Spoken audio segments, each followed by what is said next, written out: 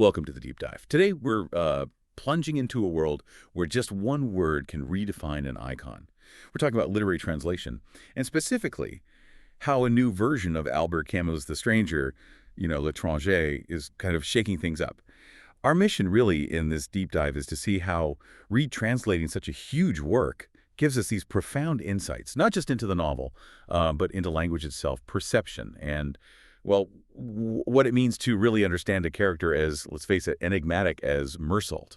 Absolutely. And what makes this deep dive really exciting is our source material. We've got this translator's note, which is quite rare to see explored like this. It sort of pulls back the curtain on all the tiny decisions, the meticulous choices, and the deep philosophical thinking that goes into bringing a masterpiece like this to English speakers with fresh eyes. It's really a masterclass in the power of choosing just the right word. That's exactly it. And it brings up this immediate question for us and for you listening. How can these tiny changes, like maybe a comma or a single word choice, how can that completely shift our connection to a character? Maybe even change the core of a story we thought we knew so well.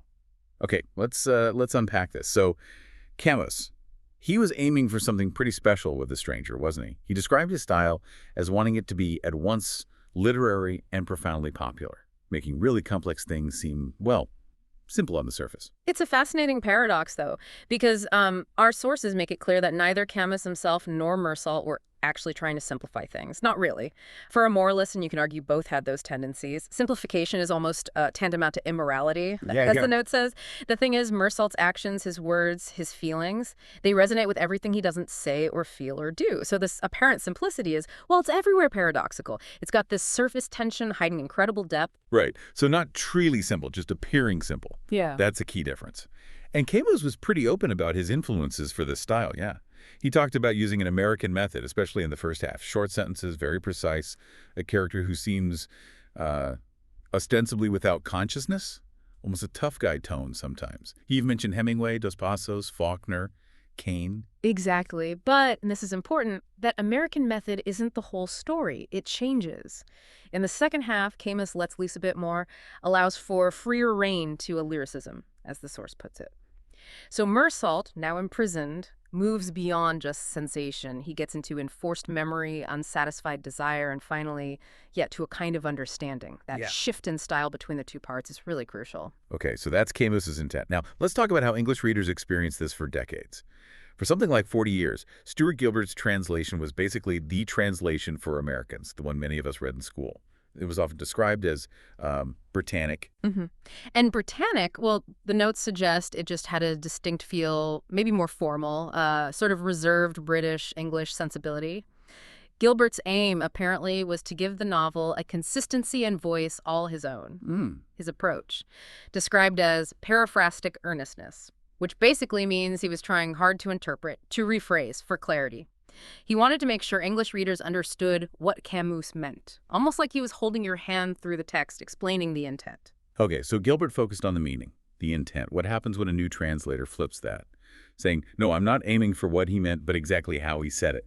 Hey, this new translator wanted a more American quality, sure, but the big thing was venturing farther into the letter of Camus's novel, capturing what he said and how he said it, not what he meant, with the idea that the meaning, well, the latter should take care of itself. That sounds like a big risk. It is a big risk.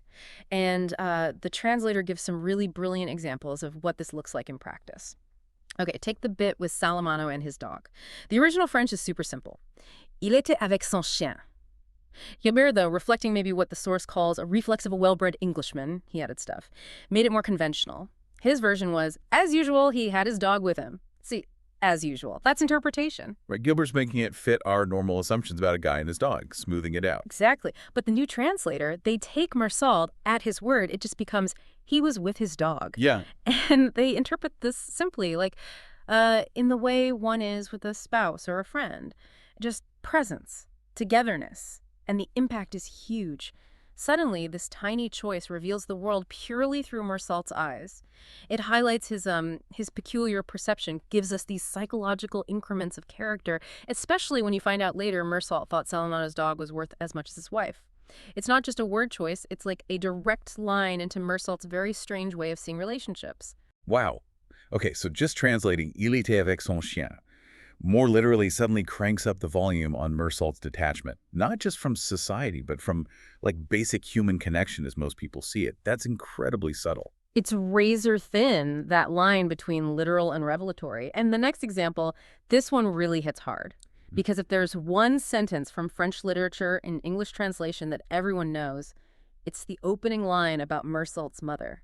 It's iconic. A sacred cow, as nuts say. Yeah, absolutely. I mean, I always just assumed that was the translation, set in stone, but you're saying the new translator actually changed that famous opening line. That almost feels wrong. It feels bold, right?